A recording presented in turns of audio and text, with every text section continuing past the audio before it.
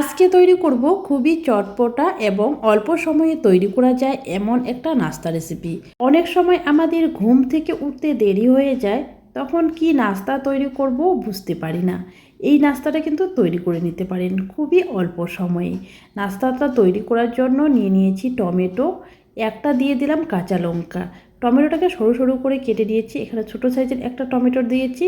দিয়ে দিলাম ধনেপাতা কুচি, দিয়ে দিলাম 1 চিমটি হলুদ গুঁড়ো, 1 চিমটি জিরের গুঁড়ো, 1 চিমটি দিয়ে দিলাম শুকনো লঙ্কার গুঁড়ো, হাফ প্যাকেট দিয়ে দিলাম ম্যাগি মশলা। এখানে আপনারা ম্যাগি মশলার পরিবর্তে চাট মশলাও দিতে পারেন। এবারে টমেটোর সাথে সব কিছু মিশিয়ে নেব একটা চামচের সাহায্যে। সব কিছু আমি টমেটোর সাথে ভালো করে মিশিয়ে নিয়েছি। এবারে আমি এখানে দিয়ে দিচ্ছি 2 টেবিল চামচ বেসন। আমি যতটা বেসন দিয়েছি ততটাই আমি দিয়ে দিচ্ছি চালের গুঁড়ো, মানে 2 টেবিল চামচ। এবারে অল্প অল্প পানি দিয়ে একটা ব্যাটার তৈরি করে নেব। পানিটা কিন্তু একসাথে দেবেন না, নাহলে ব্যাটারটা পাতলা হয়ে যেতে পারে। সেই জন্য কিন্তু অল্প অল্প পানি দিয়েই ব্যাটারটা তৈরি করে নিতে হবে। আর এখানে কিন্তু আমি রুম টেম্পারেচারে পানি দিয়ে ব্যাটারটা তৈরি করে নিচ্ছি। অল্প অল্প পানি দিয়ে দেখো ব্যাটারটা তৈরি করে নিতে হবে। আমার এই রেসিপিটা আপনাদের যদি ভালো লাগে অবশ্যই একটা লাইক দিয়ে কমেন্ট করে জানাবেন। আর প্রতিদিন নতুন নতুন রেসিপি পেতে চ্যানেলটাকে সাবস্ক্রাইব করে পাশে থাকা বেল আইকনটা ক্লিক করে নেবেন নতুন রেসিপির আপডেট সবার আগে পাওয়ার জন্য। আর দেখো আমি ব্যাটারটা কিন্তু তৈরি করে নিয়েছি। ব্যাটারের ঘনত্বটা আমি দেখিয়ে দেব কীরকম ঘনত্বের ব্যাটারটা তৈরি করে নেবেন। এবারে আমি সব শেষে দিয়ে দেব পরিমাণ মতো নুন। নুনটা পরে অ্যাড করে নেবেন, পরিমাণ অনুসারে নুনটা দিয়ে নেবেন।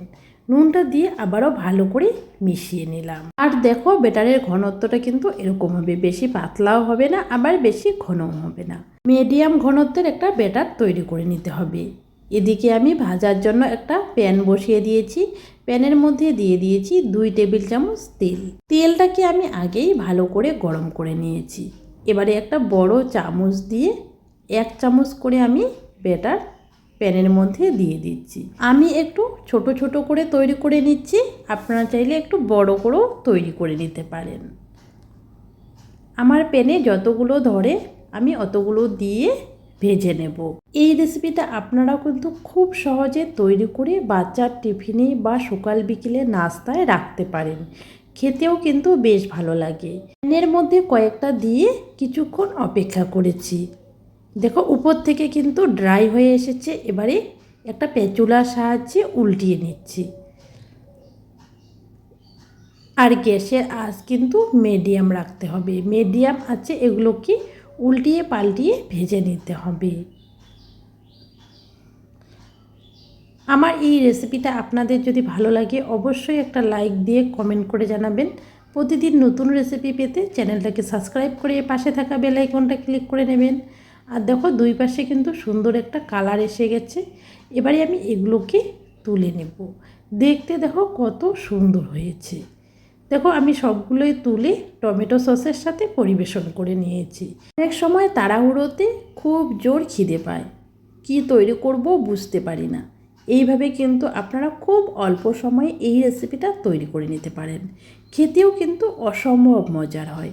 বাড়িতে একবার তৈরি করে দেখতে পারেন। বাড়িতে তৈরি করলে কমেন্ট বক্সে জানাতে একদম ভুলবেন না খেয়ে আপনাদের কেমন লেগেছে।